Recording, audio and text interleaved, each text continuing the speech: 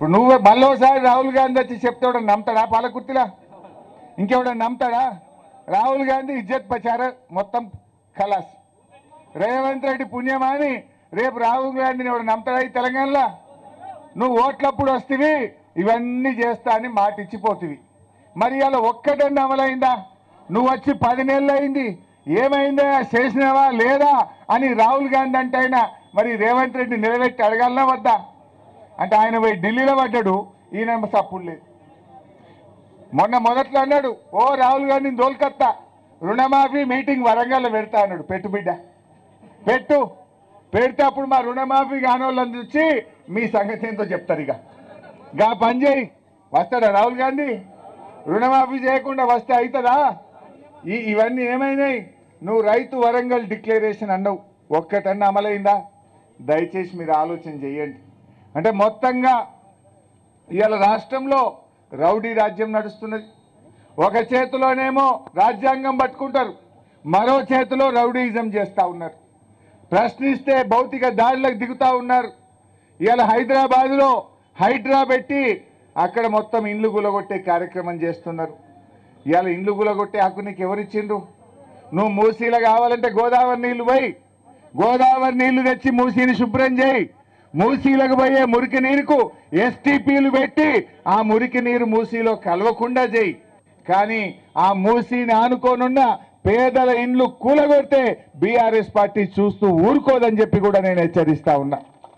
దయచేసి రైతు సోదరులు ఇంకో విషయం ఆలోచన చేయండి. ఇంకొక వారం 10 రోజులు అయితే కోతకు వస్తున్నాయి పొలాలు. నేను రాంగా చూసిన ఆల్రెడీ మంచి బ్రహ్మాండంగా పొట్టకొచ్చి ఉన్నాయి పొలాలు. 10 రోజులు అయితే ఇడిచిపెడతారు, ఇక కోతలకు షురువు అవుతాయి. మరి ఇంకెప్పుడు ఇస్తాడే రైతు బంధు? ఎప్పుడు ఇస్తాడు? ఏం చెప్పిండ్రు? మేము 7,500 ఇస్తా అన్నాడు. కమిటీ వేసిండు, జిల్లాలు తిరిగిండ్రు, అసెంబ్లీలో మాట్లాడుతా అన్నాడు, ముఖం చాటేసిండు, అసెంబ్లీలో మాట్లాడలే. తర్వాత మేము దసరా పండుగ అందిస్తా రైతు బంధు అని నిన్నో మంత్రి పొన్నం ప్రభాకర్ అంటుండు. వ్యవసాయ మంత్రి అంటుండు, ఇప్పుడేం పైసలు లేవు, రుణమాఫీ అయినాక మెల్లగా చూస్తామంటుండు. అంటే నీ రుణమాఫీ ఎవరికి ఇంకా ఏడాది అవుతుంది. మరి అప్పటిదాకా రైతు బంధు ఇయ్యవా? బిడ్డ రేవంత్ రెడ్డి వెంటనే దసరా పండుగ లోపు మా రైతులందరికీ రైతు బంధు విడుదల చేయమని చెప్పి మేము డిమాండ్ చేస్తా ఉన్నాం. పండుగ మంచిగా చేసుకుంటారు మా రైతులు. గా పైసలు రేపో మాపో రైతు బంధు డబ్బులు ఎకరానికి 7,500 బ్యాంకులలో వేయాలని చెప్పి బీఆర్ఎస్ పార్టీ ఈరోజు డిమాండ్ చేస్తూ ఉంది. అదేవిధంగా రుణమాఫీ రైతులకు ఎలాంటి కుంటి సాకులు లేకుండా, పెన్లాం లేదనో మొగుడు లేదనో, బ్యాంకుల ఆధార్ నంబర్ మిస్ మ్యాచ్ అయిందనో, పేరు చక్కగా వల్లేదనో అన్ని జూటా మాటలు బంద్ పెట్టు, అందరికీ 2 లక్షల రుణమాఫీ చేయాలని చెప్పి బీఆర్ఎస్ పార్టీ డిమాండ్ చేస్తూ ఉంది. ఇడవం రేవంత్ రెడ్డిని, ఎట్టి పరిస్థితుల్లో రేవంత్ రెడ్డిని ఇడవం. ఇప్పటికే నువ్వు మొనగానివి కాదు మోసగానివి అని తేలిపోయింది బిడ్డ. యాడికి పోయినా నిన్ను అడుగుతాం, నిన్ను గడుగుతాం, నిన్ను నిలబెడతాం, నిన్ను అసెంబ్లీలో గట్టిగా ప్రశ్నించి బల్ల గుద్ది నీతో రుణమాఫీ చేయిస్తుంది బీఆర్ఎస్ పార్టీ అని అంటా ఉన్నాం. నువ్వు ఏ ముఖం పెట్టుకొని ఊర్లలోకి పోతావు? రైతులకు రుణమాఫీ ఎగబెట్టినా అని పోతావా? రైతు బంధు ఇయ్యలేదని పోతావా? అన్ని పంటలకు బోనస్ అని మోసం చేసినా అని పోతావా? ఎవరిని ఉద్ధరించినవు? నీ 6 గ్యారంటీల్లో ఏ ఒక్కటన్నా అమలైందా అని నేను అడుగుతా ఉన్నా. ఒక్క బస్సు తప్ప అంత తుస్సే. ఆ బస్సులు కూడా సగం బంద్ పెట్టిండు. ఇది వరకు 4 ట్రిప్పులు వస్తే ఇప్పుడు 2 ట్రిప్పులు వస్తుంది.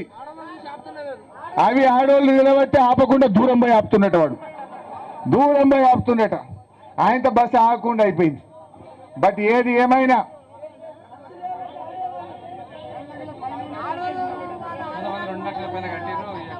రెండు లక్షల పైన ఉన్న వాళ్ళు ఇప్పుడు ఎంత? ఈ ప్రభుత్వంలో ఒక శృతి లేదు. ఏమైందే? ముఖ్యమంత్రి ఏమన్నాడు? మీరు పైసలు కట్టుని తెల్లారే మాఫీ చేస్తా అన్నాడు. పాపం ఆయన మాట నమ్మి మా రైతన్న చూపిస్తుండు. 3 రూపాయల మిత్తికి తెచ్చి 2 లక్షల మీద ఉన్న అప్పు కట్టేసిండ్రు. మరి రుణమాఫీ అయితే కాలే. అంటే దీంతో ఏమైంది? కొత్త అప్పు అయింది, రుణమాఫీ కాలే. ఇగో ఈ రైతు ఓ రేవంత్ రెడ్డి నీ కళ్ళుంటే చూడు, ఇక పాలకుర్తిలో మా రైతు 2 లక్షల మీద రుణమాఫీ చేసిండు. నువ్వే చెప్పినావు కదా 2 లక్షల మీద ఉంటే కట్టండి, తెల్లారి వరకు మాఫీ చేస్తా అన్నావు కదా. మా వాళ్ళు కట్టి నెల అయింది, ఇంకెప్పుడు చేస్తావు? చెయ్యి. నీకు చెవులుంటే నీకు కళ్ళుంటే ఇగో మా పాలకుర్తికే నిన్ను అడుగుతా ఉన్నా, 2 లక్షల మీద ఉన్న డబ్బు కట్టిన మా రైతులకు వెంటనే రుణమాఫీ చేయాలని చెప్పి రేవంత్ రెడ్డి గారు నేను ఈ సందర్భంగా డిమాండ్ చేస్తా ఉన్నా. ఆయన ఏమంటాడు, తుమ్మల నాగేశ్వరరావు ఇప్పుడే కట్టకుర్రా అంటుండు. 2 లక్షల మీద ఉన్న వాళ్ళు ఇప్పుడే కట్టకుర్రని మంత్రి అంటాడు, ముఖ్యమంత్రి ఏమో మీరు కట్టుర్రి నేను తెల్లారే ఇస్తా అంటాడు. ఎవరి మాట నమ్మాలి? మంత్రి మాట నమ్మాలనా, ముఖ్యమంత్రి మాట నమ్మాలనా? మరి కట్టిన వాళ్ళ పరిస్థితి ఏం కావాలి? ఇప్పుడు ఆయన 30 పైసల వాళ్ళకు కూడా మోసమే. ఆయన 30 పైసల వాళ్ళకు మిత్తి కట్టించిండు రేవంత్ రెడ్డి, మనమే మిత్తి కట్టినాం. డిసెంబర్ 9కి చేస్తా అన్నాడు, 15 ఆగస్టుకి చేసిండు. ఈ 6 నెలల 7 నెలల మిత్తి ఇలా రైతుల మీద పడ్డది. ₹1 లేకుండా మాఫీ చేస్తా అన్నావు, కానీ రైతుల మీద ఇలా మిత్తి అయి రైతుల మీద భారం పడ్డది. ఇప్పుడు 2 లక్షల మీద వాళ్ళ పరిస్థితి ఏంది? ఇప్పుడు బయట అప్పు తెచ్చి కట్టి రోజు కాడ మిత్తి పెరగబట్టే, బ్యాంకు వాడేమో మళ్ళా కొత్త క్రాప్ లోన్ ఇయ్యడాయే, రైతు బంధు పడదాయే. నువ్వు మాఫీ చేయకపోతే ఈ రైతుల పరిస్థితి ఏం కావాలి? పాపం మొన్న డోర్నకల్ మండలం ఏం తండా ఉండే అమ్మా, డోర్నకల్ మండలం ధరావత్ తండాలో 2 లక్షల రుణమాఫీ కాలేదని రవి అనే ఒక రైతు ఆత్మహత్య చేసుకున్నాడు.